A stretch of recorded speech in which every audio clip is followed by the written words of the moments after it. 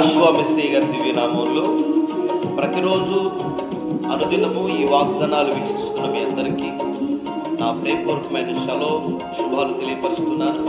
తండ్రి ఇచ్చిన సమయాన్ని బట్టి దినమంతా మనందరినీ ఆశీర్వదించుగాక. ఒక పాట పాడుకొని యావేని గణపరుద్దాం. పరమతండ్రికి మహిమ కలుగునుగాక. హల్లెలూయా.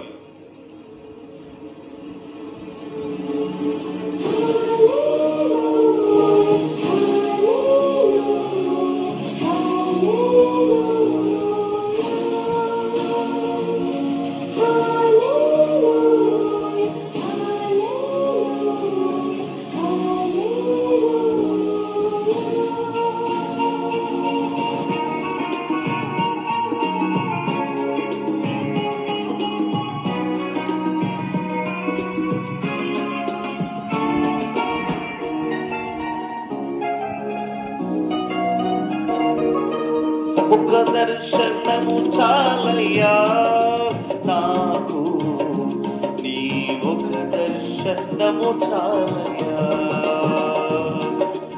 ఒక దర్శనము చాలయ్యా మాకు, నీ ఒక దర్శనము చాలయ్యా. సమీపించని తేజస్సులో నివసించు నా దైవమా, సమీపించని తేజస్సులో నివసించు నా దైవమా, నివసించు నా దైవమా. ఒక దర్శనము చాలయ్యా మెస్సయ్యా, మెస్సయ్యా, నా మెస్సయ్యా, మెస్సయ్యా, మెస్సయ్యా, నా మెస్సయ్యా.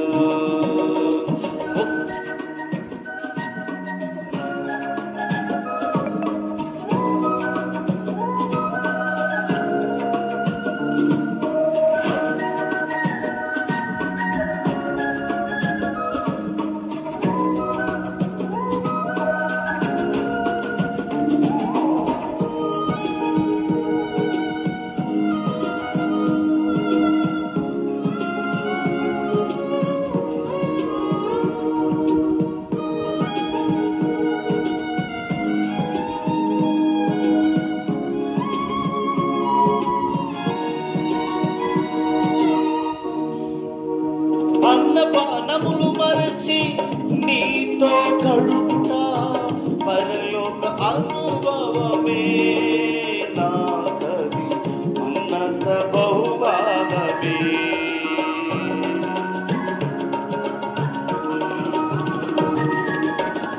అన్నపానములు మరచి నీతో గడుపుట పరలోక అనుభవమే, నాకది ఉన్నత బహుమానమే. మెస్సయ్యా, మెస్సయ్యా, మెస్సయ్యా, నా మెస్సయ్యా, మెస్సయ్యా, మెస్సయ్యా, నా మెస్సయ్యా.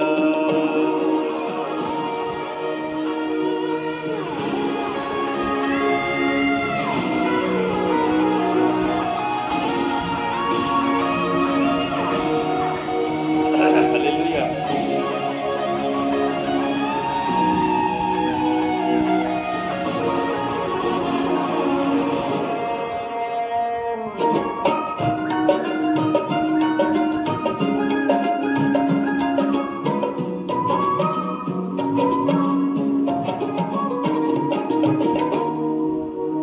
పరిశుద్ధ పరచబడి పరిపూర్ణత నుండి మహిమలో చేరుటయే, అది నా హృదయ వాంఛయే.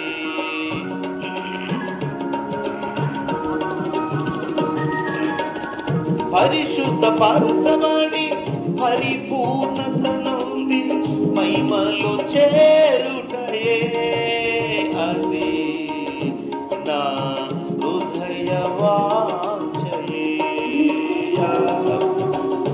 మెస్సయ్యా మెస్సయ్యా నా మెస్సయ్యా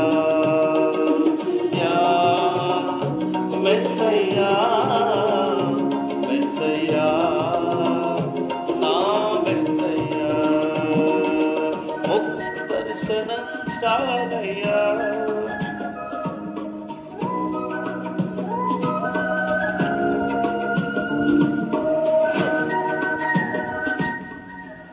శ్రేష్టమైన సమయంలో ఈ దిన వాగ్దానాలన్నీ మనం నేర్చుకోవడానికి అవకాశం ఉంది. పిల్లరా, మనం ఈరోజు చేయవలసినటువంటి కార్యక్రమాలలో మనం తండ్రి యొక్క మాటలు ఆత్మీయులు గ్రహించవలసినవి ఏంటి అని చూసినట్లయితే మత్తయి సువార్త 13:23 మనం చూసినట్లయితే ఒక శ్రేష్టమైన వాగ్దానాలు యాష్ మెసేజ్ చెప్పాడు. ఏమి అంటే ఆత్మీయులు గ్రహింపు ఏంటంటే లోతైన నేలలు పడిన గింజ ఎలాగ ఫలించినో. ఇప్పుడు కొన్ని తలంతులు యాషమసే గారు ఇస్తారు. ఆ తలంతుల గురించి యాషమసే మాట్లాడుతూ ఆ తలంతుల్లో ఉన్నట్టు మాటలన్నీ చెప్తూ మత్తయి సువార్త 23వ అధ్యాయము 23వ వచనంలో అద్భుతమైన వాక్యాన్ని ఇలా తెలియపరుస్తూ ఉన్నాడు. తండ్రి ఈ వాగ్దానాలలో యావే మనకిచ్చిన ఈ వాగ్దానాలను చదువుదాం. దయచేసి పరిశుద్ధ గ్రంథమైన బైబిల్ నుండి కొన్ని మాటలు మనం తెలుసుకుందాం. అయ్యో 13వ అధ్యాయం 23వ వచనం, మత్తయి సువార్త 13వ అధ్యాయం 23వ వచనాన్ని చదివితే ఏమి రాయబడిందంటే, మంచి నేలన ఇత్తునివాడు వాక్యము విని గ్రహించువాడు అటివాడు నూరంతలుగాను, ఒకడు 60 గాను, ఒకడు 30 గాను ఫలించునని చెప్పెను. ఫలింపు లేనిది మీరు ఫలింపుల గురించి గ్రహిస్తారని బైబిల్ గ్రంథంలో తెలియపరిచాడు. కనుక మనం అందరం కూడా యావే కృప చూపువాడని గ్రహించాలి. హల్లెలూయా. ఈ వాగ్దానాలలో మరొక మాట ఏంటంటే ఇర్మియా గ్రంథంలో ఎలోహిం కృప చూపువాడని గ్రహించాలి అని ఇర్మియా భక్తుడు 9వ అధ్యాయం 24వ వచనంలో ఒక ఆశ్చర్యకరమైన మాట ఉంది. చదువుదాం. అతిశయించువాడు దేనిని బట్టి అతిశయించవాలి, దేనిని బట్టి గర్వించాలి అంటే భూమి మీద కృప చూపుసు నీతి కార్యములను జరిగించుచున్న యావేను నేనే అని గ్రహించి పరిశీలనగా తెలుసుకున్నట కంటే అతిశయించాలి. మనం అతిశయించేది ఏంటి అంటే, గ్రహించాల్సింది ఏంటంటే భూమి మీద కృప చూపునంటే యావే తండ్రిని మాత్రమే గ్రహించాలి. ఆయన గొప్పవాడని గ్రహించాలి, ఆయన కార్యాలు గొప్పవని గ్రహించాలని ఈ వాగ్దానం తెలియపరుస్తూ ఉంది. మొదటి రాజుల గ్రంథము 3వ అధ్యాయం 11వ వచనంలో ఒక ఆశ్చర్యకరమైన మాట, ఎలోహిం న్యాయము చేయవాడు అని మనం గ్రహించాలి. ఎలాంటి వాడట? మొదటి మాట ఏంటంటే భూమి మీద కృప చూపుతున్నాడు, ఆయనకంటే గొప్పవాడు లేడని, ఆయనే ఘనకార్యాలు చేయగలవాడని మన గ్రహింపు రావాలి.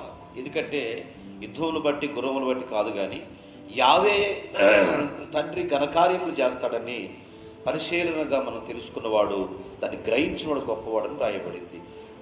ఈ రాజుల గ్రంథంలో 3వ అధ్యాయం 11వ వచనంలో తండ్రి సృష్టికర్త ఇలాగ సెలవిచ్చెను, దీర్ఘాయువునైనను ఐశ్వర్యమును నీ శత్రు పానములను అడగక జ్ఞానమును న్యాయములను గ్రహించుటకు వివేకము నువ్వు అడిగితివి. సొలొమోను అంటాడు, ఈరోజు ఒక భక్తుడు అంటాడు, ఏమంటాడంటే, నీవు జ్ఞానాన్ని అడిగావా, ఆస్తిపాస్తులు అడగకుండా నిజంగా న్యాయమును చేయవాడు నీవేనని నీవే కోరుకున్నావు అని చెప్పేసి బైబిల్ గ్రంథంలో ఈ మాటలు తెలియపరుస్తూ ఉంది. ఏబు గ్రంథం 1:22లో ఒక ఆశ్చర్యకరమైన మాట ఉంది. ఈ సంగతులలో ఏ విషయమునైనా ఏబు ఏ పాపమును చేయలేదని యావే అన్యాయం చేసినని చెప్పలేదు. హల్లెలూయా. దేవునికి మనం శ్రమలు వచ్చిన, కష్టాలు వచ్చిన, బాధలు వచ్చే న్యాయం తీర్చేవాడు యావే అని మనం గ్రహించాలి. భూమి మీద కృప చూపించబడని మనం గ్రహించాలి. అలాగనే 10వ అధ్యాయం అపొస్తలుల కార్యాలు 34వ వచనంలో ఎలోహిం పక్షపాత కాడు గనుక చదువు, యావే పక్షపాత కాదని నిజముగా గ్రహించి ఉండాలట. ఆయన పక్షపాతి కాదు, ఒకరికి ఈ రీతిగా అందరికీ భూమి మీద కృప చూపించేవాడు ఆయన ఉన్నాడు కనుక మనం అందరం కూడా ఆయన పక్షపాతం లేనివాడు కనుక మనం గ్రహించు ఏంటంటే ఆయన అందరి ఎడల కృప చూపిన వాడని మనం గ్రహింపాలని దేవుడు చదివిస్తూ ఉన్నాడు. తండ్రికి మహిమ. అపొస్తలుల కార్యాలు 10:34 చదివాం కదా. కొలస్సీ రాసిన పత్రిక 1వ అధ్యాయం 10వ వచనం.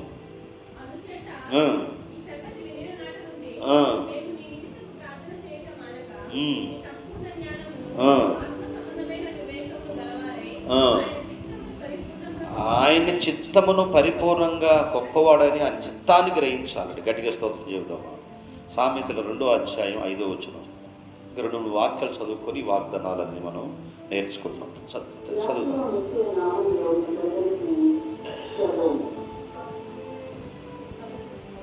చదువు.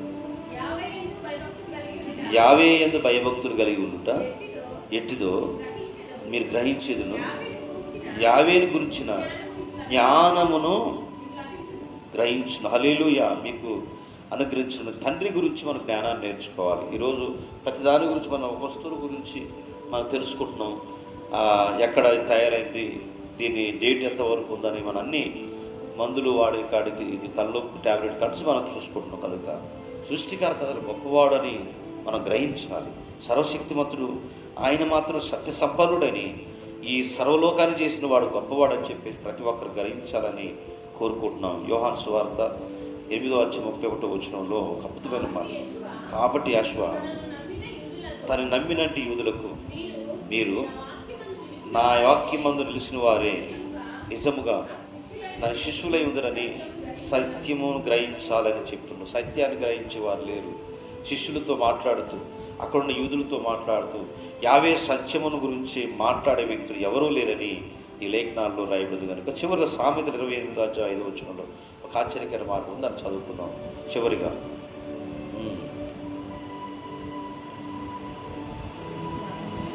సామెతలు 28:5వ వచనం.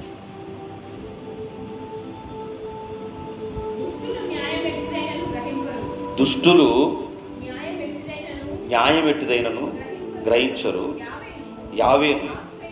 యావేను ఆశ్రయించువారు సమస్తమును గ్రహించెదరు. తండ్రిని ఆరాధించేవారు, ఆయన వెంబడించేవారు, ఆయన పూజించేవారు, ఆయన నిజంగా ఆశ్రయించేవారు అందరూ కూడా సత్యమును గ్రహించి సృష్టికర్త సమస్తమును చేయగలుగుతారని గ్రహిస్తారు కనుక ఈరోజు మనం దేని గురించి గ్రహించాలో మనం పరిశీలన చేసుకొని ఈరోజు ఈ వాక్యాన్ని వింటున్న మీ అందరికీ నా హృదయపూర్వకమైన షలోం తెలియపరుచు. తండ్రి ఈ దినవంతం మనందరినీ ఆశీర్వదించి వాగ్దానాలన్నీ కూడా ఆత్మీయులు గ్రహించవలసిన విషయాలు మన గురించి నేర్చుకున్నాం కనుక లోతైన నేలలో గింజ ఫలించినట్లు మనందరూ తండ్రి యొక్క కృపను బలమైన సాధనాలు కూడా కనుక ప్రార్థన. మహిమ కలిగిన తండ్రి పరిశుద్ధుడా జీవాత్మ, ఇంతవరకు నాయన ఈ బిడ్డలు తండ్రి వాక్యం విన్నారు. యూట్యూబ్ ఛానల్లో ఎందరైతే వీక్షించారో వారిని వారి కుటుంబాలను దీవించి ఆశీర్వదించమని మమ్మల్ని అందరినీ ఆయన నీ కృపతో నింపి బలపరిచినందుకు స్తోత్రాలు తండ్రి.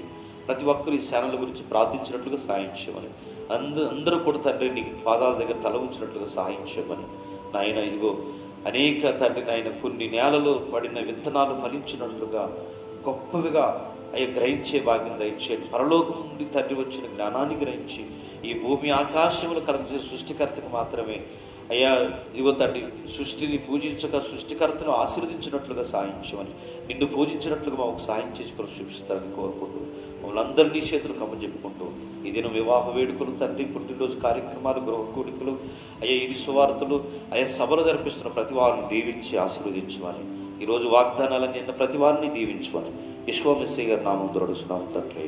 ఆమేన్. మీ అందరికీ హృదయపూర్వక విషయాలు ఇవ్వండి. ఇంతవరకు శ్రద్ధగా ఈ వాక్యాన్ని నందుకు యావే తండ్రి నామం షలోం షలోం తెలుగు తండ్రి దినమంతా దీవించునుగాక.